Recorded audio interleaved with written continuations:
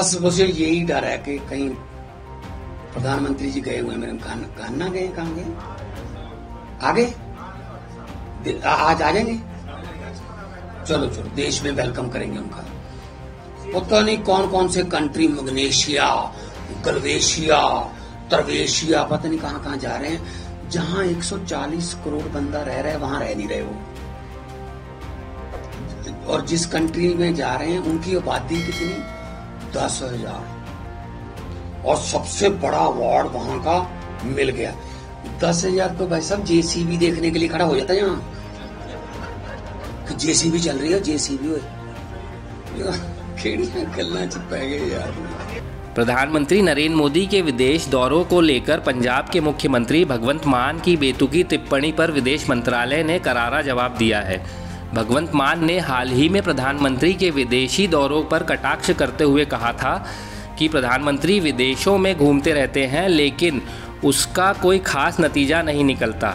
इस बयान पर प्रतिक्रिया देते हुए विदेश मंत्रालय के प्रवक्ता रणधीर जायसवाल ने कहा कि प्रधानमंत्री के विदेश दौरों ने भारत की वैश्विक छवि को मजबूत किया है और इन यात्राओं के परिणाम स्वरूप भारत को अभूतपूर्व कूटनीतिक, आर्थिक और रणनीतिक लाभ प्राप्त हुए हैं। उन्होंने कहा कि ऐसे बयानों से उन ऐतिहासिक उपलब्धियों की अनदेखी होती है जो देश के अंतर्राष्ट्रीय मंच पर हासिल की है।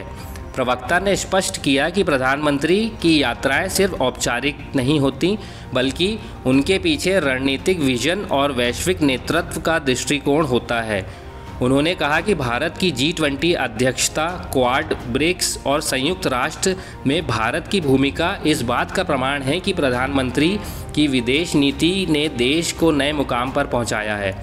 बयान के जरिए विदेश मंत्रालय ने यह भी संकेत दिया है कि राजनीतिक मतभेदों के चलते राष्ट्रीय हितों और उपलब्धियों को कमतर आंकना अनुचित है। इस राजनीतिक बयानबाजी के बीच विदेश मंत्रालय की यह प्रतिक्रिया साफ तौर पर एक संदेश है कि भारत की विदेश नीति और प्रधानमंत्री की वैश्विक भागीदारी को राजनीतिक चश्मे में देखने की बजाय राष्ट्रीय परिप्रेक्ष्य में देखना चाहिए।